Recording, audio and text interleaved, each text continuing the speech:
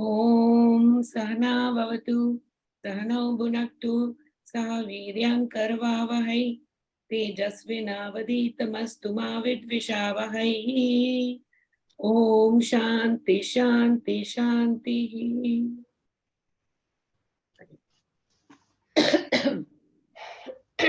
The 14th था 13th, I don't remember. I think it was 14th. We have to start 14th. हाँ, yes, they. अनाथ भवन्ति भूतानि पर्जयत् अना संभव्य यजनात् भवति पर्जनः यजना कर्म समुद्भव. All beings are born out of food. Food is born out of rain. Rain comes out of yajna. Yajna is born out of karma. अब देखो यज्ञ यज्ञ को यजना बोलते हैं इंग्लिश में ना, तो उसके बारे में अब प्रभु बता रहे हैं कि यज्ञों का क्या महत्व होता है हमारी जिंदगी में, हम यज्ञ करने से क्या प्राप्त कर सकते हैं। तो सबसे पहला जो यज्ञ किया था वो तो हमारा, मैंने लास्ट टाइम आपको बताया था कि ब्रह्मन ने जब सृष्टि की रचना की तो ब्रह्मा जी के थ्रू, तो तब उन्होंने पंच महाभूतों को लेकर के पहला यज्ञ किया था। अब वो बता रहे हैं कि यज्ञ और क्या होता है कि जितने भी ह्यूमन बीइंग्स हैं, जितने भी और दूसरे बीइंग्स हैं हमारे आसपास, मच्छर है, मक्खी है, छिपकली है, जानवर है, मछली है, पक्षी है, ये सब they are all born of food. ये सब खाने से पैदा होते हैं। ठीक है, खाना हम खाते हैं, उससे फीमेल के एग्स बनते हैं और मेल का स्पर्म बनता है। उस खाने से ही फिर वो, क्योंकि एग्स और स्पर्म बने और एग्स और स्पर्म से जो है आगे हमारे बच्चे पैदा होते हैं, देयर इज रिप्रोडक्शन। अब ये खाना जो होता है वो किससे आता है, वो बारिश से आता है। और बारिश कहाँ से आती है, बारिश आती है जब आप यज्ञ करते हो। और यज्ञ कैसे करते हैं, जब हम कर्म करते हैं। जब हम कर्म करते हैं तो फिर उसको हम यज्ञ बोले जाते हैं, कर्मों को यज्ञ बोला जाता है। हम उसको करते हैं, उससे क्या होता है फिर क्या नाम है, यज्ञ या हमारे कर्मों से यज्ञ होता है, यज्ञ से बारिश आती है और बारिश से फूड होता है, फूड मिलता है। और फूड से जो है सारी रिप्रोडक्शन प्रोसेस पूरी स्टार्ट होती है। तो फूड को पैदा करने के लिए क्या जरूरी है, यज्ञ करना जरूरी है ना, यज्ञ। अब उसमें क्या, एक छोटी सी कहानी है इसमें, बड़ी हमारे जो जितने भी गुरु लोग हैं और जितने आश्रम हैं उनमें एक कहानी बोली जाती है। क्या होता है कि छोटे छोटे बच्चे होते हैं, बहुत टाइम से ना वहां पर बारिश नहीं हो रही होती, तो बहुत छोटे छोटे बच्चे होते हैं, वो देखते हैं, कहते हैं बारिश नहीं हो रही, क्या करें क्या करें। तो फिर वो अपने गुरुजी के पास जाकर के कहते हैं, गुरुजी बारिश नहीं हो रही तो हम क्या करें। बोले कि अच्छा अगर बारिश होती तो तुम क्या करते। क्या कह रहे, हम खुदाई करते। हम खुदाई करते और अपने जितने भी हमारे खेत हैं उनकी खुदाई करके बारिश की वेट करते। कहते ठीक है तुम अपना कर्म करो, तुम एक काम करो, बारिश नहीं हो रही कोई बात नहीं, तुम अपना कर्म करो। तो क्या करो, तुम अपने खेतों को खुदाई कर दो, बारिश हो जाएगी। बोलते ठीक है। तो बच्चों ने क्या करा, उस खेतों के अंदर खुदाई कर दी। जब खेतों के अंदर खुदाई हो गई, खुदाई होने लग गई, तो पक्षियों ने देखा कि अरे खेतों में तो खुदाई हो रही है, इसका मतलब बारिश आने वाली है। तो उन्होंने कूकू करना शुरू कर दिया, और कूकू करना शुरू कर दिया, चहकाने लगे। इतने में जब पक्षियों ने कूकू करना शुरू किया तो मोर नाचने लग गए। मोर नाचने लग गए तो फिर सब जगह पर बादल जो है वो देख रहे थे, तो बादलों ने कहा कि अरे मोर भी नाच रहे हैं और पक्षी भी कूकू कर रहे हैं, खेत भी जुत गए, हम तो अभी तक बरसे नहीं, चलो हम बरस पड़ते हैं। तो फिर वो बरस पड़े और बादल बरस पड़े, बारिश हो गई। तो बारिश होने से फिर से अनाज उगा दिया। तो वो क्या कहते हैं कि अपना कर्म करते जाओ, जो आपको कर्म करना है उसको करते जाओ करते जाओ करते जाओ। वेट मत करो कि उसका क्या कैसे उसका कब फल मिलेगा, या फिर उसका फल आएगा भी तो कब आएगा, ये मत सोचो। अब बारिश नहीं हो रही थी तो उन्होंने बोला कि खेत जोत करके रख देते, बारिश आ जाएगी अपने आप ही। तो हम लोग सब, पूरी सृष्टि अगर अपना कर्म करती रहेगी तो जो इस सृष्टि को संचालन कर रहा है, जो इस सृष्टि को चला रहा है, वो अपना कर्म करने के लिए ऑटोमेटिकली तत्पर हो जाएगा, है ना। जब आप रेडी हो जाओगे कि हाँ मैं इस कर्म को करने के लिए रेडी हूँ, तो ऑटोमेटिकली उसका जो काम है वो करना शुरू कर देगा। अब जैसे किसी की शादी नहीं हो रही तो वो क्या करे, दहेज इकट्ठा करना शुरू कर दो। आप साड़ियां सूट बनाने शुरू कर दो। दहेज इकट्ठा, लेन देन, बर्तन, मंगलसूत्र सब इकट्ठा करना शुरू कर दो। जब आप शुरू कर दोगे तो ऑटोमेटिकली शादी भी हो जाएगी। अगर इस तरह का कोई भी रुकावट आती है, लेकिन आप पहले अपना कर्म तो करो, आप तो रेडी हो जाओ। जब आप रेडी हो जाओगे तो वो कर्म अपने आप ही हो जाएगा। उसको तो होना ही है कर्म ने। तो आप अपनी तरफ से पहले रेडी हो जाओ। माए तो लड़कियों की शादी करने के लिए बचपन से शुरू कर देती थी तैयारियां। साड़ियां कब से हो बचपन में बननी शुरू हो जाती थी। अट्टे की साड़ियां बनती थी पहले यार, वो सोने की तार की और उसकी पीतल की तार की अट्टे की साड़ियां बनती थी। कितने कितने साल लग जाते थे उसको बनने में। फिर क्रोशे के काम से चादरें, कि बेटी आ गई तो बेटी का दहेज बनाना है, क्रोशे की चादरें बन रही हैं, अट्टे की साड़ियां बन रही हैं, एम्ब्रॉयडरी हो रही है।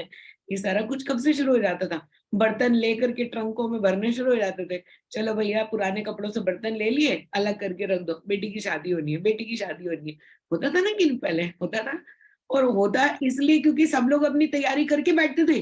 तो प्रभु भी कहते थे अरे वाह देखो ये सारे तैयारी करके बैठे, तो फटाफट इसका रिश्ता ढूंढ ही देते हैं। लड़कियों की शादी हो भी जल्दी जाती थी जिनकी माएँ तैयार होकर के बैठती थी, है ना। तो हमें अपना कर्म करते रहो। आप अपना कर्म करते रहो, वो ऑटोमेटिकली जिसने करना है वो कर देगा। ऊपर वाला अपना कर्म कर देगा। वो तो करने के लिए ही बैठा है ना, वो तो तथास्तु बोलने के लिए ही बैठा है। वो कर देगा अपना। ये मत सोचो कि ये कब होगा, क्यों होगा, कैसे होगा। पहले खुद तो तैयारी कर लो, है ना। अच्छा, अब ये जो फूड होता है, इस वर्ष में एक चीज और है कि श्लोक में, कि जो हम पूरी की पूरी सृष्टि जो है वो अन्न से पैदा हुई है। तो 4 तरह की सृष्टि के अंदर जो है 4 तरह के प्राणी होते हैं। एक तो होते हैं जरायुज। जरायुज कौन होते हैं? जरायुज वो होते हैं जो कि बच्चों को पैदा करते हैं। जैसे गाय ने बछड़े को पैदा किया, हम अपने बच्चों को पैदा करते हैं, हम भी जरायुज हैं, है ना। तो मैमल्स जिनको बोलते हैं जरायुज, उनको मैमल्स बोला जाता है जो बच्चे पैदा करते हैं। फिर होते हैं उद्भिज। उद्भिज कौन होते हैं? जो बीज से पैदा होते हैं। जैसे पेड़ पौधे हो गए, कॉटन हो गई, पेड़ पौधे हैं, ये सब बीज से पैदा होते हैं, उनको उद्भिज बोलते हैं। फिर तीसरा होता है अंडज। अंडज क्या होता है? जो अंडे से पैदा होते हैं। छिपकली के बच्चे, सांप के बच्चे, ये सब अंडों से पैदा होते हैं, इनको बोला जाता है अंडजा। और चौथा जो होता है स्वेदजा। स्वेदज क्या होता है? जो कि हमारे गंध से और हमारे क्या नाम है, आसे, जापानी, हिंदी बोलो तो जापानी याद आती, जापानी बोलो तो हिंदी याद आती है। पसीना, पसीने से पैदा होते हैं स्वेदज। तो जैसे कि जुई हो गई, जुई नहीं हो जाती हमारे बालों में, वो कैसे हो जाती है? पसीना इकट्ठा हो जाता है, गंद इकट्ठा हो जाता है, तो उससे पैदा हो जाती है, जुई लग जाती है। तो वो इससे पसीने और गंद से पैदा होते हैं। गंद से एक बैक्टीरिया हो गया, वायरस हो गया, ये सब पसीना गंद इनसे पैदा होते हैं। तो उसको स्वेदज बोला जाता है। तो हमारी पूरी सृष्टि की रचना करने के लिए ये 4 तरह के ही तरीके। एक तो होता है बच्चों को पैदा करते हैं, दूसरा अंडों में से निकलते हैं, तीसरा बीज में से निकलते हैं, चौथा गंध और इससे पसीने से निकलते हैं। ये सारे जितने भी हैं, अब ये चाहे आपका पसीना है, चाहे आप अंडे हैं, चाहे आप बच्चे दे रहे हो, या आप उसको बीज से पैदा हो रहे हो, लेकिन मेन तो उनका सबका रीजन अन्न ही है ना। अन्न से ही तो पैदा होंगे ना सारे। अन्न से ही जो है पैदा होती है ये पूरी की पूरी सृष्टि। तो अन्न को पैदा करने के लिए बारिश जरूरी है, बारिश को लाने के लिए यज्ञ जरूरी है, और यज्ञ को करने के लिए कर्म जरूरी है। तो अपने कर्मों को करते जाओ और आगे बढ़ते जाओ। अगर आप अपने कर्म करना छोड़ दोगे तो ये सृष्टि जो है वो घूमना बंद कर देगी। सृष्टि का जो चक्र है वो रुक जाएगा। इसलिए अपने कर्मों को हम करते रहें। जो हमारे सामने आ रहे हैं चैलेंजेस, उनको चैलेंज पकड़ करके करते जाओ अपने कर्म। आपने जो भी कर्म करने की ठानी हुई है, उनको उसी में ही अपना धर्म समझ करके अपने कर्मों को करते जाओ और आगे बढ़ते जाओ। ठीक है, नेक्स्ट देखते हैं। 15th verse. कर्मा ब्रह्मा उद्भवम निधि ब्रह्मा अक्षरा समुद्भवम तस्मात् सर्वगतम ब्रह्मा नित्यम यज्ञे प्रतिष्ठितम. Know that karma is born out of Veda. The Veda is born out of Lord. Therefore, the Veda is all pervading and it is always employed in yajna. तो हमारे जितने भी कर्म है वो कहाँ से पैदा होते हैं? वो वेद में लिखे। जितने हमने कर्म करने हैं, जो हम कर्म कर चुके हैं, जो हम कर्म कर रहे हैं, उनका सबका उल्लेख वेद में है। वेदों को जो है 2 भागों में बाँटा जाता है। पहला जो होता है 70% जिसको हम बोलते हैं वेद पूर्व, और 30% जो एंड का पोर्शन होता है उसको हम बोलते हैं वेद अंत, वेदांत बोला जाता है। तो वेदांत का मतलब वो होता है वेद का अंतिम पोर्शन, जो कि आपको मोक्ष का ज्ञान देता है। और वेद पूर्व होता है वेदों का वो स्टार्टिंग वाला पोर्शन 70% जो कि आपको कर्मों का ज्ञान देता है। तो हमने जो भी कर्म करने हैं, या अगर हम जैसे सपोज शादी भी करनी है, तो शादी के लिए करने के लिए मंत्रों का उच्चारण होता है, फेरे होते हैं, 7 फेरे लिए जाते हैं, रस्में होती हैं अलग अलग, मेहंदी की रस्म, हल्दी की रस्म हो गई, फेरे हो गए, फिर उसके बाद फेरों के बाद में विदाई हो गई। इन सब के अंदर गाने गाते हैं, मंत्र चैंटिंग होती है कि नहीं होती? सबकी होती अलग अलग, अपनी जाति की धर्म के हिसाब से रस्में अलग अलग होती हैं सबकी, लेकिन होता तो एक प्रक्रिया तो है ना। और ये जितनी भी प्रक्रियाएं हैं, इनके बारे में हमारे वेदों में उल्लेख दिया गया है, बहुत अच्छे से दिया गया है। शादी कितने तरह की होती है? 8 प्रकार की शादियां होती है। ब्रह्म ब्रह्म शादी भी होती है, गंधर्व विवाह भी होता है। एक होता है कि जिसके अंदर आप पेरेंट्स की अनुमति से आप लड़की को लेकर के जा रहे हो। एक होता है कि लड़का लड़की छुप करके शादी करते हैं, उसको गंधर्व विवाह बोलते हैं। एक होता है कि आप फादर को मार करके बेटी को लेकर के जा रहे हो, वो भी एक तरह का विवाह दिया जाता है। 8 प्रकार के अलग अलग विवाहों का भी उल्लेख किया गया है। किस तरह से कौन सा, हमारे देखो, हिंदू एक ऐसा सिस्टम है जिसमें कि दहेज की कोई प्रथा ही नहीं है। और अगर आप वेदों को खोल करके देखोगे ना, तो उसके अंदर उल्टा था। लड़की के घर वालों को पैसा दिया जाता था। लड़की हम आपकी लेकर के जा रहे हैं, तो हम आपको पैसा देंगे, उनसे लेने की कोई प्रथा नहीं थी। ये हमारी प्रथा कभी थी ही नहीं। हिंदू एक ऐसा धर्म है, दहेज कोई हिंदू वर्ड नहीं है। दहेज is Muslim word, Urdu word है ये। और एक तो दहेज की कोई प्रथा नहीं है, दूसरा क्या है, हमारी हिंदी लैंग्वेज में तलाक नहीं है। तलाक इज ऑल्सो उर्दू वर्ड। तो हमारे हिंदी के अंदर अगर आप देखोगे, जो हमारे वेदों के अंदर आप देखोगे, ये दोनों प्रथाओं का उल्लेख ही नहीं किया गया। तो ये दोनों प्रथाएं आई बाहर से। हमारे तो वेदों में ये लिखा गया है कि एक वस्त्र में रहना चाहिए था। पहले का जो है एक वस्त्र होता था, साड़ी को जो है पूरा ड्रेप करके अपने बदन को ढका जाता था, और आदमी लोग जो है वो लुंगी पहनते थे। एक वस्त्र का इस्तेमाल किया जाता था। कोई इतना सारा तो ये था नहीं कि आप दुपट्टे ओढ़ो, ये करो, सूट पहनो, पजामे पहनो। इसका तो ये तो हमारे हमारे हिंदू धर्म में था ही नहीं। तो यूज मिनिमम वाली एक कंसेप्ट थी हमारे धर्म के अंदर, है ना। Use minimum and do whatever you are doing, उसको सेनली करो। मतलब अगर आप किसी की लड़की ब्याह करके ला रहे हो, तो आप उससे और उसके बदले में, मतलब लड़की भी ला रहे हो और उसके घर वालों को बोलोगे कि इसके साथ सामान भी दे, ये तो गलत हो गया ना। तो ये तो सही है नहीं। हमारे वेदों में क्या है, गंधर्व विवाह का इतना बढ़िया उल्लेख दिया जाता है। अब देखो वो कृष्ण भगवान रुक्मणी माता को लेकर के चले गए थे। रुक्मणी माँ ने बोला कि मेरे को तुमसे शादी करनी है कृष्ण, मैं और किसी से शादी नहीं करूंगी। बोले ठीक है, तेरे को शादी करनी है, आ जा। उनका भाई था रुक्मिन, वो उनकी शादी शिशुपाल से कराना चाहता था। बोले नहीं, कि मैं रुक्मिणी ने बोला मेरे को नहीं करनी शिशुपाल से शादी। मेरा भाई जो है रुक्मिन मेरे को बारी बारी बोल रहा है, मेरे को नहीं माननी उसकी बात, आप मुझे ले जाओ। ले वहां करके लेकर के चले गए। अच्छा, उन्होंने फिर अपनी बहन को भी भगाया अर्जुन के साथ। सुभद्रा जो है वो उनकी बहन, कृष्ण भगवान की बहन थी। तो कृष्ण भगवान की बहन और बड़े भाई थे उनके बलराम। तो बलराम जो है वो उनकी छोटी बहन सुभद्रा का विवाह किसके साथ कराना चाहते थे? दुर्योधन के साथ। वो दुर्योधन के साथ उनकी बहुत अच्छी बनती थी। अब बड़े भाई की बात कैसे टाले? लेकिन उनको पता था कि दुर्योधन के साथ तो मैं अपनी बहन का विवाह कर नहीं सकता, वो तो इतना बड़ा धर्मी है। और कृष्ण भगवान को कौन पसंद थे? अर्जुन पसंद थे, धर्मी भी है, सब कुछ है। उन्होंने बोला सुभद्रा को कि मैं चाहता हूँ कि तेरी शादी जो है अर्जुन से हो। बोलती आपके, वो पहले से ही अर्जुन को बहुत प्यार करती थी, तो अंदर ही अंदर चाहती थी वो।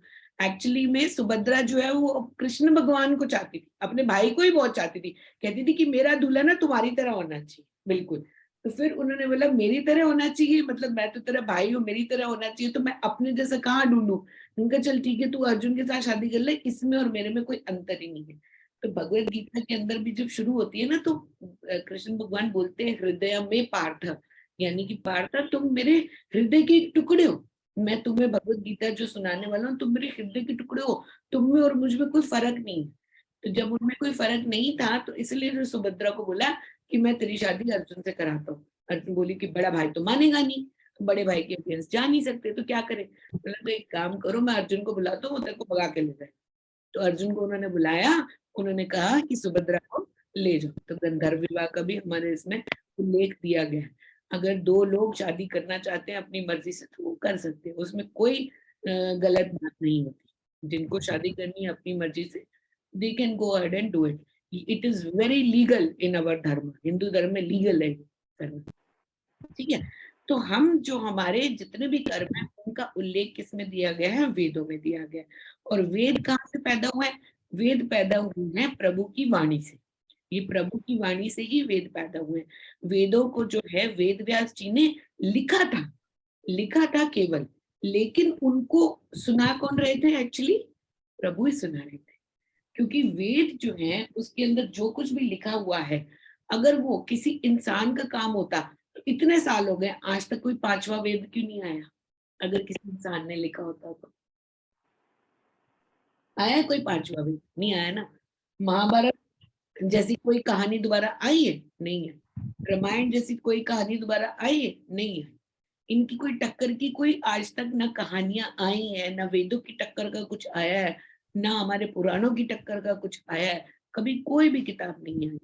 अगर हम किसी ऐसे रिलीजियस बुक को भी देखेंगे, बाइबल को देख लो आप, बाइबल कहाँ से आई है, भगवत पुराण की पूरी कॉपी की हुई है। भगवत पुराण खोल करके देखो, उसके अंदर से पूरी की पूरी कॉपी की हुई है। मार्कंडे पुराण के अंदर से कॉपी की हुई है। मार्कंडे महर्षि का जो है वो उसके अंदर 9,000 करके जो एक बोट बनाते हैं उसके अंदर डाल करके ले जाते हैं, वो हमारे पुराणों के अंदर मार्कंडे महर्षि ने वही किया था। तो अगर आप किसी रिलीजियस बुक को भी देखोगे तो उसके अंदर जो कुछ भी लिखा हुआ है वो ऑलरेडी हमारे वेदों में लिखा हुआ है पहले से ही। क्योंकि वेद तो हमारे बहुत पुराने हैं, अभी की थोड़ी है वेद, वेद तो बहुत पुराने। तो रिलीजन जितने भी हैं उनके अंदर जो कुछ भी लिखा गया है, जो भी उनके गुरुओं ने बोला है, जो कुछ भी कंपाइल किया गया है, that is all from Vedas. और वेद किसने लिखे हैं, वेद प्रभु ब्रह्मन की वाणी, ईश्वर की वाणी, वो उन्होंने कहा था तभी वो लिखे गए हैं।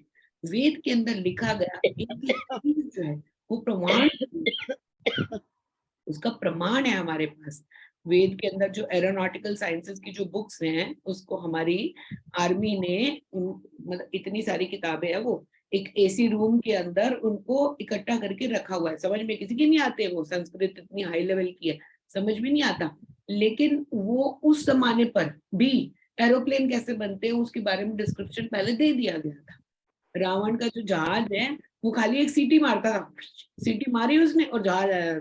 बताओ आज के जमाने में बने हैं तो जहाज नहीं बने। तो उस जमाने की बात कर रहे हैं हम कि तब भी जो हमारी साइंस थी वो बहुत आगे तक थी। हमारे वेदों के अंदर गर्भ के अंदर बच्चा, अभी तो हम लोग एक्सरे कराते हैं, देखते हैं, अल्ट्रासाउंड कराते हैं, है ना, ये सब करा करके हम देखते हैं कि बच्चे अंदर क्या कर रहे हैं। वेदों के अंदर पहले से ही उल्लेख है इसका कि पहले महीने में भ्रूण इतना सा होगा, दूसरे महीने में इतना, तीसरे महीने में चावल के दाने की जितना हो जाएगा, ये सब लिखा हुआ है हमारे वेदों में।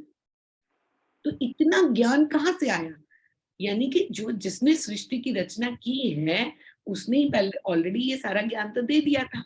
अब मेडिकल नॉलेज जितनी भी है वो कहाँ से आती है, चारुवाक थ्योरी से आती है, सॉरी चरक महर्षि से आती है, चरक महर्षि से आती है, और क्या नाम है आयुर्वेद का जो हमारा ज्ञान है वहां से आती है। आज के हमारे साइंटिस्ट डॉक्टर्स जो हैं वो भी अब वापस आयुर्वेद में जा रहे हैं। आजकल देखा है अश्वगंधा का कितना पूरे पूरे दुनिया के अंदर कितना फैल गया है, अश्वगंधा अश्वगंधा अश्वगंधा, वापस अश्वगंधा के पास आ रहे हैं। कभी अश्वगंधा ढूंढ रहे होते हैं, कभी कोई और दवाई ढूंढ रहे होते हैं, आते तो हमारे वेदों के पास ही है ना। अरे तो वेदों का जो ज्ञान है वो प्रभु की खुद की वाणी, उसको भी यज्ञ कहा जाता है, और उसको यज्ञ कहा जाता है। And Vedas is all pervading, it is always employed as yajna. उसको यज्ञ कहते हैं कि जो वेद लिखे गए थे वो भी एक तरह का यज्ञ किया था प्रभु ना। तो यज्ञ स्वरूप ही हमें वेद मिले, वेदों के स्वरूप हमें कर्म मिला, कर्म के बारे में जानकारी मिली, और उसी के बेसिस पर आज हम जिंदा रह करके जितने भी कर्म है, पैदा होने से लेकर के अंत्येष्टि तक जो भी कर्म किया जाता है वो वेदों के बेस पर ही किया जाता है। जब बच्चा पैदा होता है उसका नामकरण कैसे किया जाता है, वेदों के हिसाब से ही किया जाता है। जब कोई शरीर छोड़ करके जाता है तो उसकी अंत्येष्टि कैसे की जाती है? वेदों के हिसाब से ही की जाती है। तो हम कोई कर्म कर ही नहीं सकते अगर वेद में नहीं। तो वेदों का जो ज्ञान है that is the main knowledge in our life. Religions ने उनको तोड़ मरोड़ के टेढ़ा मेढ़ा करके अपने अपने अलग अलग तरीके अपना लिए हैं, लेकिन जो मेन जो नॉलेज है वो वही। हमारे यहाँ जो पिंडदान करने के टाइम पर चावल के गोला बनता है, उसके अंदर तिल तिल डलता है, वो डाल करके कौओं को खिलाते हैं ना। ऑलमोस्ट सारे रिलीजन्स के अंदर ये देखोगे तो आप अंत्येष्टि के बाद ये किया जाता है। कोई उसको पिंडदान बोलने के लिए तो खाली हमारे पास है ये जो शब्द पिंडदान, अलग अलग शब्दों से बुलाया जाता है, लेकिन अंत्येष्टि के बाद होती जरूर है ये प्रक्रिया। कोई पक्षियों को खिला देता है, कोई गंगा जी में बहा देता है, कोई ब्राह्मणों को दान कर देता है, अलग अलग तरीके से करते हैं, लेकिन ये सारी प्रक्रियाएं हैं जो वो ऐसे की ऐसे ही ना। अब वो हमारे जो शादी के टाइम पर 7 वचन लिए जाते थे, वो वहां हमारे तो 7 वचन थे, है ना। अब वो किसी रिलीजन में 4 हो गए, किसी के अंदर 4 फेरे हो गए, किसी के अंदर 4 वाउज हो गए। क्रिश्चियनिटी के अंदर वो एक दूसरे से पूछते हैं, दूल्हा दुल्हन के लिए पूछते हैं, तुम उसका ध्यान रखोगी जब ये बीमार होगा, उसको ध्यान रखोगी जब ये।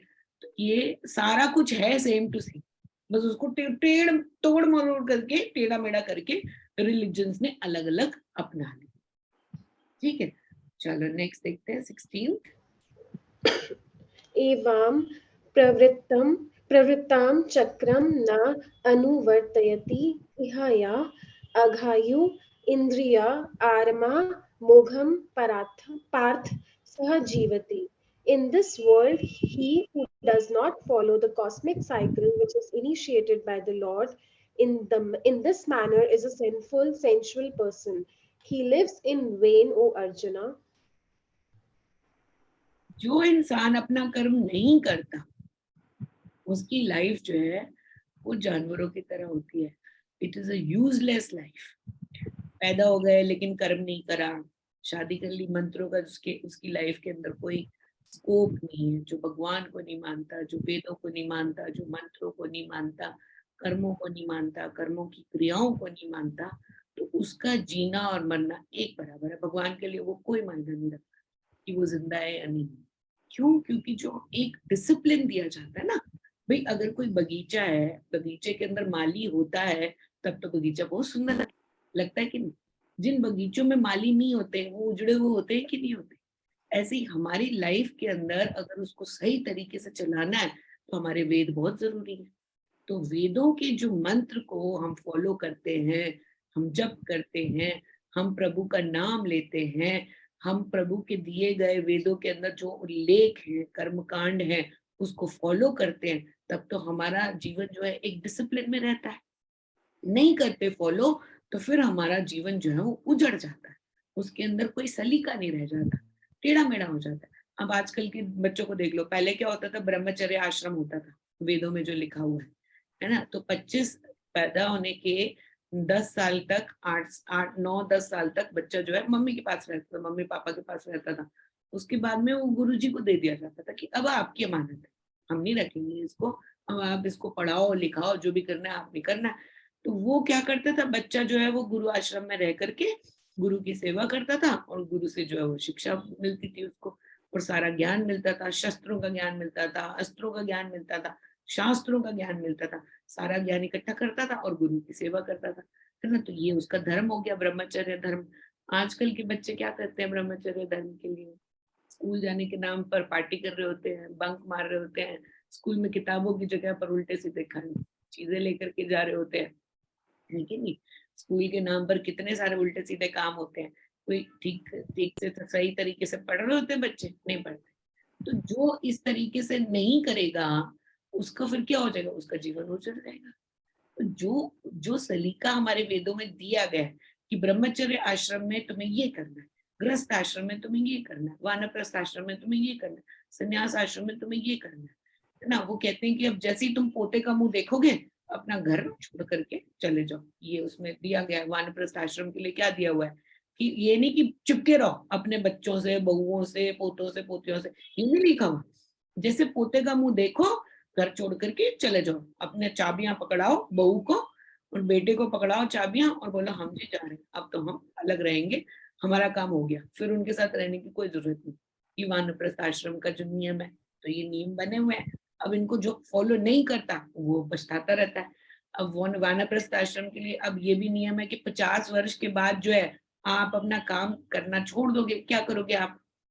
या तो अगर आप फैमिली के साथ रह रहे हो बाय चांस, क्योंकि अगर आप फैमिली के साथ रह रहे हो, वन में आप प्रस्थान नहीं कर सकते हो। अगर आप वन में जाकर के नहीं रह सकते, किसी आश्रम में नहीं रह सकते, किसी होली प्लेस में जैसे कि गंगा जी के पास नहीं रह सकते जाकर के, वैसे तो कायदे से वहीं रहना चाहिए, है ना।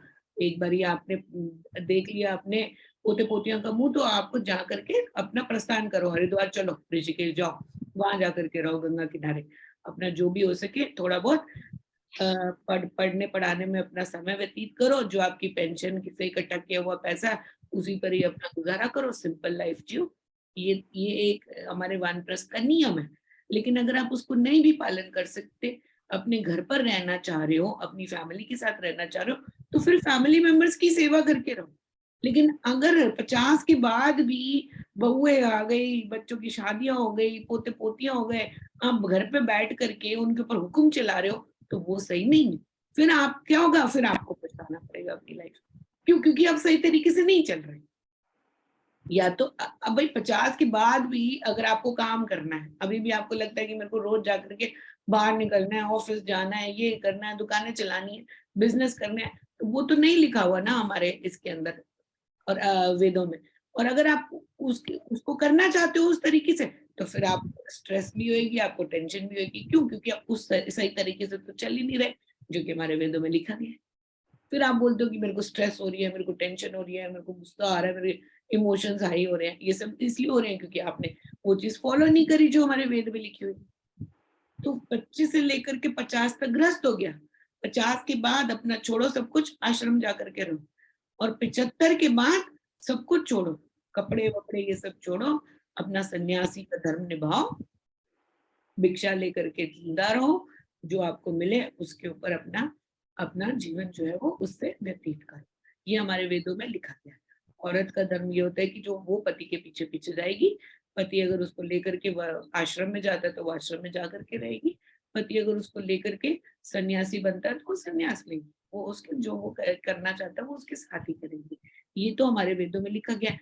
अगर आप इसको उस तरीके से नहीं करते तो फिर पछताओगे। फिर आप कहते हो कि हमारी जिंदगी में ये प्रॉब्लम हो गई, वो हो गई, मेरी ममता नहीं जा रही, मेरा मोह नहीं जा रहा, हाय मेरे बच्चे, हाय मेरे पोते, हाय मेरे पोतिया। तो ये सब आप करते रहोगे, मोह आपका जाएगा कैसे? और मोह जब तक नहीं जाएगा तो फिर प्रभु के साथ एकता कैसे होगी? प्रभु के साथ एकता नहीं होगी तो आपका जीवन तो बिल्कुल ही वेन में हो गया, इट इज यूजलेस। तो क्या बोल रहे हैं भगवान कि जो वेदों का पाठ करता है, वेदों के तरीके से रहता है, उसको उसी तरीके से अपनी लाइफ को चलाता है, वो तो सुखी है। लेकिन जो उसको उस तरीके से नहीं चलाता वो दुखी रहता है। वो इंसान दुखी रहता है इसलिए क्योंकि वो जो मैंने नियम और कानून बना करके इस सृष्टि की रचना की है, सृष्टि की रचना करने के बाद मैंने सारे नियम कानून बना करके वेदों में डाल दिए।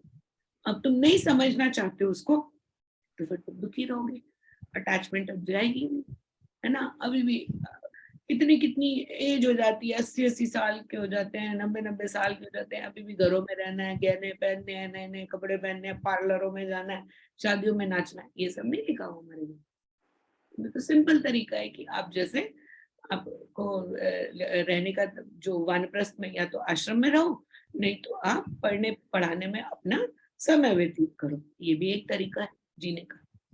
ठीक है, नेक्स्ट देखिए 17।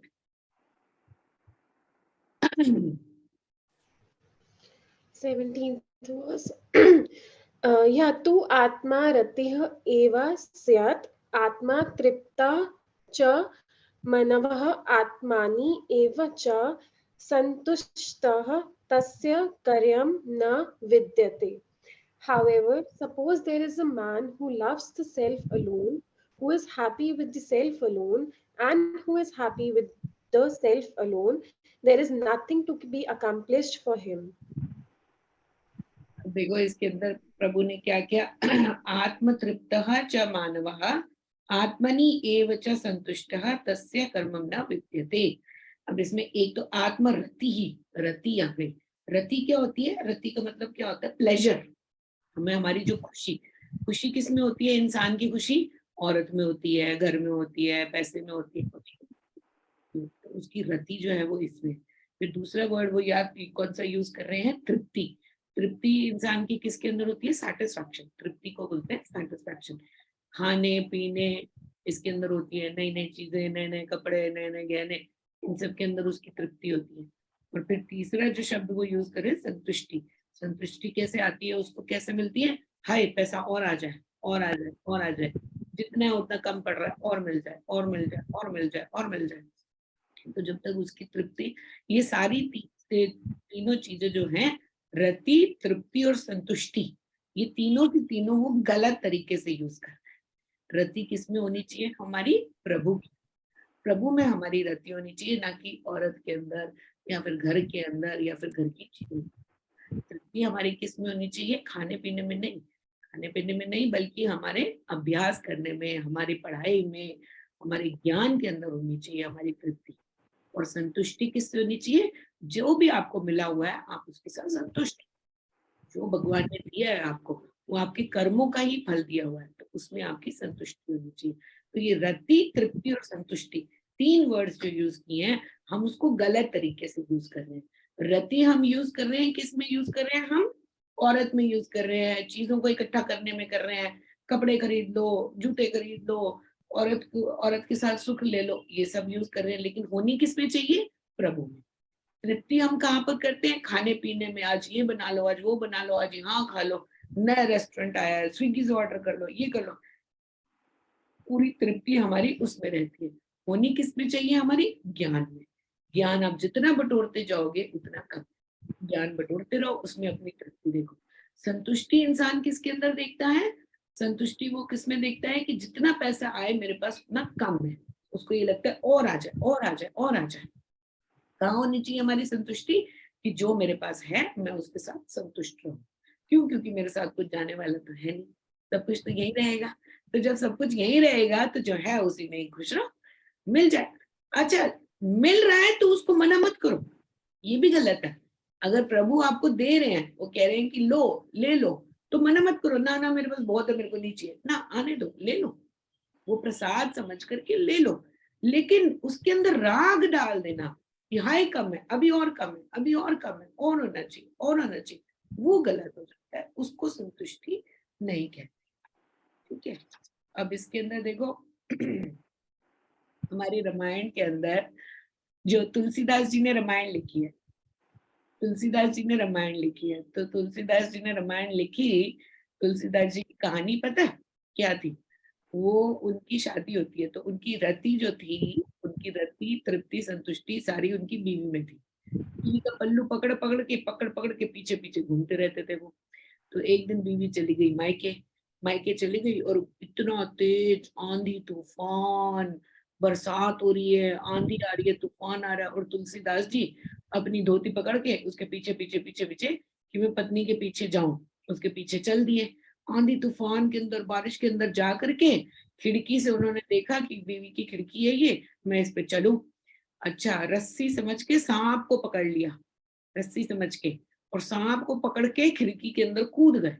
जब कूद करके बीवी के पास पहुंचे तो बोली हाय, मेरे तो मैं कैसी अभागन हूँ, देखो मेरा पति मेरे लिए कैसा तड़पता जा रहा है, तड़पता जा रहा है, इतने आंधी तूफान के अंदर आया है, सांप को रस्सी समझ करके उसको पकड़ करके खिड़की के ऊपर चढ़ करके आ गया।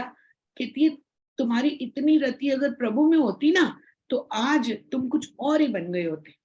बस तुलसीदास जी ने ये बात सुनी और उनको लग गई, बोले मेरी रति गलत जा रही है, मेरी रति औरत में नहीं होनी चाहिए, मेरी प्रभु में होनी चाहिए।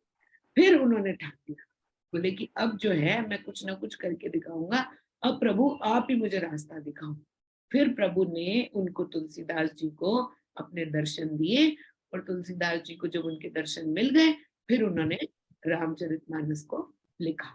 उन्होंने रामचरितमानस को लिखने की जो जो उनके अंदर फिर रति आई ईश्वर के प्रति, वो जो है वो समझने वाली, सोचने वाली रति थी। तो ये है हमारी तीन चीजें, रति, तृप्ति और संतुष्टि। ये तीनों जो हैं ये हमें गलत तरीके से हम सोच रहे हैं, इसको सही ढंग से हमें देखना चाहिए। अच्छा, अगर हम अपने कर्मों को दूसरों के लिए करते जाएंगे तो हमारी रति, तृप्ति और संतुष्टि बदल जाएगी। हमारी रति, तृप्ति और संतुष्टि तब तक संसार के अंदर रहती है जब तक हमारे कर्म जो है वो संसार की तरफ लगे हुए हैं और हम खुदगर्ज होकर के अपने बारे में सोचते हैं। जब आप दूसरों के बारे में सोचना शुरू कर दो, दूसरों के भले के बारे में शुरू कर दो, ये सोचो कि आज तक मैंने दूसरों के लिए क्या किया, मैंने इस सृष्टि के लिए क्या किया, प्रभु ने इतनी बड़ी सृष्टि बना दी, मैंने क्या किया है किसी के लिए? क्या मैं अपने लिए यूजफुल बन पाया हूँ? क्या मैं दूसरे के लिए यूजफुल बन पाया हूँ या किसी तीसरे के लिए यूजफुल बन पाया हूँ? कभी किसी के लिए भी मैंने कोई ऐसा काम करके दिया है जिससे कि हाँ वो मेरे को मरते दम तक याद रखे? नहीं, इंसान कभी किसी का नाम याद नहीं रखता। हमें याद रहा है आज तक कभी किसी ने कि ओ फलाने ने मेरे लिए ये किया था, मैं तो कभी जिंदगी भर नहीं भूलूंगा? रहता है हमें कोई नाम याद? नहीं रहता है ना, कोई नाम नहीं गलत वाला रहता है, जो रहता है। हमारे नेगेटिविटी रहती है, जो नेगेटिव करता है तो उसके लिए होता है, हाँ उसने मेरे साथ गलत किया। लेकिन जो हाँ, अच्छा करते हैं वो नहीं हम सोचते, उसको याद नहीं रहता कोई भी। वो याद नहीं रहता जो अच्छाई होती जो पुराना अगर कोई गलत करेगा तो आपको वो मरते दम तक याद रहेगा। क्यों? बस वो याद रहता और क्योंकि इसीलिए नेगेटिव। हाँ, ये इंसान की प्रवृत्ति है। उसको मजा आता है क्या दुश्मन बनाने में, उसको मजा आता है गलत सोचने में, उसको मजा आता है नेगेटिव सोचने में। पॉजिटिव सोचने का उसके पास टाइम ही नहीं है। 10,000 लोगों ने आपके लिए अच्छा किया होगा, किसी ने रास्ता दिखाया होगा, किसी ने पानी पिलाया होगा, किसी ने खाना दिया होगा, किसी ने कपड़े दिए होंगे, किसी का नाम याद नहीं रहेगा कभी भी। लेकिन जिसने कोई एक आध चीज ले ली या आपको बुरा कह दिया या वो आपके दुखती रग बन जाएगी, हमेशा चुभती रहेगी, चुभती रहेगी, चुभती रहेगी, है ना? तो हमें क्या करना है कि अपने अपने आप को यूजफुल बनाओ, अपने लिए बनाओ, सृष्टि के लिए बनाओ, इंसानों के लिए बनाओ, जानवरों के लिए बनाओ, किसी ना किसी के लिए कुछ ना कुछ करते रहो। करते रहोगे तो तब तो आपकी रति, तृप्ति और संतुष्टि जो है वो प्रभु में ऑटोमेटिकली पहुंच। नहीं करोगे, अगर आप एक कंजूस की तरह जियोगे कि नहीं हाय मैं तो बस अपने आप को देख लूं और अपनी लाइफ को देख लूं, तो आपकी लाइफ यूजलेस है, किसी भी काम की नहीं रहती फिर लाइफ। नेक्स्ट, ये 3 वर्ड्स इंपॉर्टेंट थे। 18th नैव तस्य कृतेन अर्थः न अकृतिनेः कश्चन न च अस्य सर्वभूतेषु कस्यचित् अर्थः व्यापस्य श्रेयः.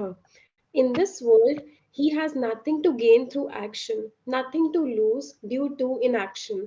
Upon no being does he have any dependence for any purpose. तो क्या कह रहे हैं कि ना तो तुम्हें कुछ इस जिंदगी जीवन के अंदर, ना तुम्हें खोने के लिए कुछ है, ना तुम्हें पाने के लिए कुछ है। भाई जो हमें ये जिंदगी मिली है, इसके अंदर ना तो हमें कुछ खोना है, ना हमें कुछ पाना है ना? तो हम किस लिए पैदा हुए हैं, क्या करने के लिए पैदा हुए हैं? ना हमें कोई चीज पाने की जरूरत है, ना हमें खोने की जरूरत है। देखो, एक चीज तो ये होती है कि एक इंसान में और एक योगी के अंदर क्या फर्क होता है। आप इंसान की इंसल्ट करोगे, वो बुरा मानेगा। एक योगी की इंसल्ट करोगे, वो खुश होएगा, कहेगा हाय मेरा पाप चला गया, अच्छा हुआ, और कर। उसको ना इंसल्ट जो है ना वो मिठाई की तरह लगती है, और दे दो, और दे दो, और दे दो। उसको इंसल्ट करते जाओ, वो कहेगा मेरे पाप हटते जा रहे हैं, करते जाओ। इंसान के अंदर और योगी के अंदर ये फर्क होता है कि इंसान को अगर आप बुरा भला कहते हो तो वो उसको दिल से लगा लेता है। योगी क्या कहता है, कहता है तेरी जबान तेरी, तेरा कर्म, तू बुरा भला कह रहा है अपने हिसाब से कह रहा है, मेरे को तो कोई फर्क पड़ नहीं रहा। योगी को उससे कोई फर्क नहीं पड़ता कि बुरा भला कह रहे हैं। ये इसके अंदर डिफरेंस होता है। व्हाई? बिकॉज योगी जो होता है उसको ना तो कुछ चाहिए, ना कुछ पाना है, ना उसको कुछ खोने की जरूरत है। योगी कौन होता है? वो कहता है योगी वो इंसान होता है जिसकी लाइफ में से अगर कोई चला जाता है तो वो खुशी मनाता है, कहता है चलो ये इंसान चला गया ना, अच्छा है कम हो गए जितने लोग मेरी लाइफ में से उतना अच्छा है। योगी के लिए तो वो खुशी की बात है। इंसान उल्टा कहता है और इकट्ठे कर लो, और इकट्ठे कर लो, और इकट्ठे कर लो। कोई रूस गया आपसे, उसको मनाने में लग रहेंगे, मान जा मान जा मान जा मान जा। अरे रूस गया तो कोई बात नहीं, जान दो ना, क्या करना है मना करके, इतना क्या भाव देना है किसी को। अगर आपकी लाइफ में से कोई जाना चाहता है तो जाने दो, कोई आना चाहता है तो उसको मना मत करो। दोनों चीजें सही है एक तरीके से। कोई आकर के कहता है कि मुझे अपने घर में रख लो, मैं तुम्हारे काम आने वाला हूँ, मेरे से काम छोटे मोटे करा लेना, रख लो, क्या फर्क पड़ता है। अगर कोई कहता है कि मेरे को तुम्हारे साथ नहीं रहना, मैं तो अलग होना चाहता हूँ, जान दो, क्या फर्क पड़ता है। क्यों? क्योंकि हमारा कनेक्शन जो है वो किसके साथ है? सिर्फ ईश्वर के साथ है। इंसानों के साथ हमारा कोई परमानेंट कनेक्शन होता है? हो ही नहीं सकता, कभी हो ही नहीं सकता। ये हमारे वेदों में बिल्कुल साफ साफ लिखा हुआ है। इंसानों के साथ और चीजों के साथ हमारा कभी परमानेंट कनेक्शन है ही नहीं। ये तो एक। दूसरा, चीजें और लोग आपको कभी परमानेंट खुशी दे ही नहीं सकती, उनके अंदर वो शक्ति नहीं है कि वो आपको दे। अगर आप कोई चीज जब तक नहीं मिलती या कोई इंसान नहीं मिलता, तब आपके अंदर एक दुख होता है कि हाय ये इंसान मेरे को नहीं मिल रहा, मेरे को इससे शादी करनी है, पता नहीं क्यों वो मना कर रहा है, क्यों नहीं मिल रहा, क्यों नहीं मिल रहा, आप दुख में होते हो। इस दुख को क्या कहते हैं? संस्कार दुख। इसको बोलते हैं संस्कार दुख। यानी कि जब तक आपको कोई भी चीज चाहिए या इंसान चाहिए लेकिन वो नहीं मिलता है, तब आप दुखी रहते हो। क्यों? हाय अभी तक नहीं मिला, अभी तक नहीं मिला, अभी तक नहीं मिला। उस दुख को हम संस्कार दुख कहते हैं। फिर दूसरा होता है जब वो चीज आ जाती है आपके पास, तब आप उसको कंपेयर करते हो दूसरों के साथ में, या फिर तब आप उसकी जो है बुराइयां देखना शुरू कर देते हो। जैसे कि सपोज शादी आपने, पहले तो शादी करने से पहले दुख हो रहा है कि हाय मेरी शादी नहीं हो रही, मेरी शादी नहीं हो रही, ये लड़का या लड़की मुझे मना क्यों कर रहा है, तब दुख हुआ। जब आपकी शादी हो गई, तब आपने बोला अरे ये तो मैंने सोचा नहीं था कि इसको तो खाना बनाना भी नहीं आता, ये तो सुबह 12 बजे तक सोती है, ये इसको तो घर के काम में कोई इंटरेस्ट ही नहीं है, बस ऑफिस जाना और अपना काम देखना, अपने दोस्तों के साथ रहना, ये तो मेरा ख्याल ही नहीं रखती। फिर आप दुख में चले जाते हो। फिर आप उसको कंपेयर करते हो कि हाय मैंने इससे क्यों कर ली, वो वाला रिश्ता ज्यादा अच्छा था, मैं काश उसको हाँ कर दी होती मैंने, तो आज आज मैं ज्यादा सुखी होता। कंपेयर करते हैं। हमारे पास कोई भी चीज हो, कोई भी इंसान हो, हमेशा हम उसको कंपेयर जरूर करते हैं कि काश मैंने वो कर दिया होता, या फिर काश मैंने ये ना किया होता। ये जो काश के साथ जिंदगी रहती है ना इंसान की, ये बड़ी खतरनाक होती है। इस दुख को क्या बोलते हैं हम? ताप दुख। ताप दुख बोलते हैं। अब तीसरा दुख कौन सा होता है? परिणाम दुख।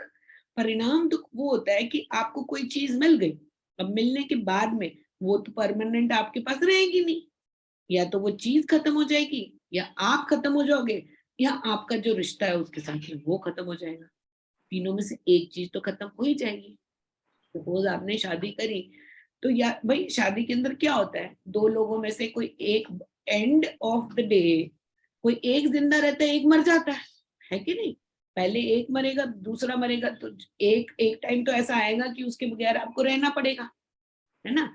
या फिर आप पहले चले जाते हो, उसको आपके बगैर रहना पड़ेगा। दुख तो है, मतलब एंड एंड तो उसका दुखी है।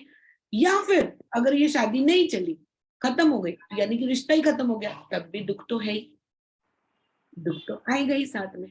अब हम किसी की जिंदगी के साथ ये तो नहीं कर सकते ना कि किसी के साथ आपने जीने मरने के वादे कर लिए कि हम जिएंगे भी एक साथ, मरेंगे भी एक साथ। ऐसा कभी होता है किसी जमाने में? कहीं पर होता है कि एक साथ इकट्ठे मरे हैं दोनों पति पत्नी? अगर मर भी गए तो किसी दुख की वजह से मरे होंगे कि हाँ हमारे जीवन में बहुत ज्यादा दुख है, पैसे की कमी है, ये नहीं है, बच्चे नहीं पूछे, चल दोनों जहर खा के मर जाते हैं। तो वो भी तो दुख ही मिला ना उनको, दुख की वजह से ही तो दोनों इकट्ठे मरे, है ना? तो ये दुख एंड में भी जो है आपको दुख ही मिलेगा, खुशी नहीं मिलेगी। तो कोई चीज या इंसान हमें सुख देने की उनके अंदर एबिलिटी ही नहीं होती है। They are not qualified to give us any सुख।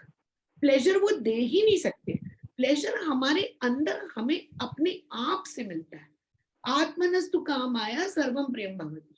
हम अपनी आत्मा की कामना के लिए ही दूसरे को प्यार करते हैं। क्यों? When you want to feel special, आप किसी को इसलिए प्यार करते हो, क्यों? क्योंकि उसके बदले में आपको एक स्पेशल फीलिंग मिलती है ना?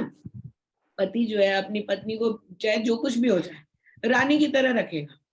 डर के रहते हैं दोनों में से एक, या कभी दोनों रहते हैं डर के एक दूसरे के, लेकिन जो कुछ भी हो पति हमेशा, ये देखा है कि जितनी पत्नियां जैसी भी हो, होती अपने पति की महारानियां ही है ना? कभी उसके लिए कुछ लेके आएगा, कभी उसको तोहफे देगा, कभी प्यार से उससे बात। लड़ाई झगड़े भी बतेरे होते हैं, वो तो चलो उसको एक्सक्लूड कर लो, बनती नहीं है किसी एक दूसरे की आपस में, क्योंकि हम सबकी भगवान ने हम सबकी रचना ही ऐसे की है कि एक दूसरे के साथ किसी की बन नहीं सकती। इवन ट्विंस नहीं बन सकती, जो ट्विंस पैदा होते हैं ना उनकी भी नहीं बनती। एक ही अंडे में से पैदा होंगे दोनों, तब भी नहीं बनेगी उनकी, ऐसा नहीं होगा। तो क्यों? क्योंकि हम सबका आगे 13 चैप्टर में और 14 चैप्टर में हम देखेंगे कि हमारी रचना जो है वो किस तरीके से की गई है, तब पता चलेगा कि हमारी एक दूसरे के साथ बनती क्यों नहीं। लेकिन क्या होता है वो भी देखेंगे आगे, बताएगी। भगवत गीता के अंदर सारे आंसर हैं, ऐसा नहीं कुछ छोड़ा हुआ नहीं है उन्होंने, भगवत गीता जी के अंदर सारे आंसर मिलेंगे, तो वो भी आगे देखेंगे कि हमारी क्यों नहीं बनती है। लेकिन क्या होता है, हम स्पेशल फीलिंग होती है ना एक, तो वो स्पेशल फीलिंग खुद को कराने के लिए हम क्या करते हैं, उसके आगे पीछे घूमते हैं कि नहीं। देखो तुम्हारे लिए ये बनाया, खा के देखो, अच्छा मैंने तुम्हारे ये कर दिया, मैंने तुम्हारे कपड़े भी सारे धुलवा दिए, घर की सफाई भी तुम्हारी, करते हैं ना। किस लिए करते हैं? क्योंकि हमें एक स्पेशल फीलिंग की जरूरत है, और वही फीलिंग उसको भी जरूरत है, तभी वो हमारे लिए कमाने जाता है, घर से बाहर निकलता है, काम करता है कि नहीं, क्योंकि उसको भी वो स्पेशल फीलिंग की जरूरत है। तो ये बेसिकली क्या है, हमें स्पेशल खुद को फील कराने के लिए हम दूसरे को प्यार करते हैं। प्यार इसलिए नहीं करते क्योंकि हमें उससे असली में प्यार है, but it is only because I love my self. मुझे खुद से प्यार है और मेरे को खुद को स्पेशल फील कराना है, that is why I am loving. बच्चों के पीछे पीछे माएं भागती रहती हैं सब कुछ लेकर के, क्यों भागती रहती हैं? क्यों? उनको पता है कि माँ ने आकर के जैसे ही उसके गोदी में सर रखा, बस उससे ज्यादा अच्छी फीलिंग तो और कोई होती नहीं है दुनिया की। जैसे ही बच्चे ने आकर के माँ की गोद में सिर रखा, उस एक फीलिंग के लिए माँ सारा दिन बच्चे के पीछे पीछे पीछे पीछे पीछे भागती है, क्योंकि एक बार मुझे आकर के लाड कर दे बस मेरे साथ। होता है कि why? Because we actually love ourselves. हम खुद से प्यार करते हैं, और उस प्यार को पाने के लिए हम दूसरे के इर्द गिर्द घूमते रहते है ना। तो आत्मनस्तु कामाया सर्वम प्रियम भवति। आत्मा की कामना के लिए ही मनुष्य को दूसरे मनुष्य से प्यार हमारे अंदर ही है, लेकिन हम क्या करते हैं, उसे बाहर पूरी दुनिया में ढूंढ रहे होते हैं। तो है हमारे अंदर आत्मा के स्वरूप में बैठा हुआ। मुष्टायाम, एक अंगूठे की जितनी हमारी आत्मा होती है, तो वो दिल के अंदर हृदयानी, मुष्टायाम हृदयानी, हृदय के अंदर हमारे बैठे हुए आत्मा राम बैठे हुए छोटे से आत्मा है ना। वही है जो हमें प्यार करते हैं, वही है हमारे प्रभु, वही हमारे ब्रह्मन है, वही हमारे ईश्वर, वही हमारे self. So the person who loves the self, जिसको खुद से प्यार होता है और को खुद के साथ वो संतुष्ट देखता है, उसको अपनी आत्मा से प्यार होता है, उसको बाहर के किसी भी प्यार की जरूरत नहीं, ना किसी चीज से प्यार की जरूरत पड़ती है, ना किसी इंसान से प्यार की जरूरत पड़ती है। उसको पता है कि मेरे अंदर जो मेरी आत्मा है वही मेरे को संतुष्टि दे सकती है, और कोई है। नेक्स्ट देखते हैं 18th वर्स। 19th थी। ओ इतना टाइम हो गया।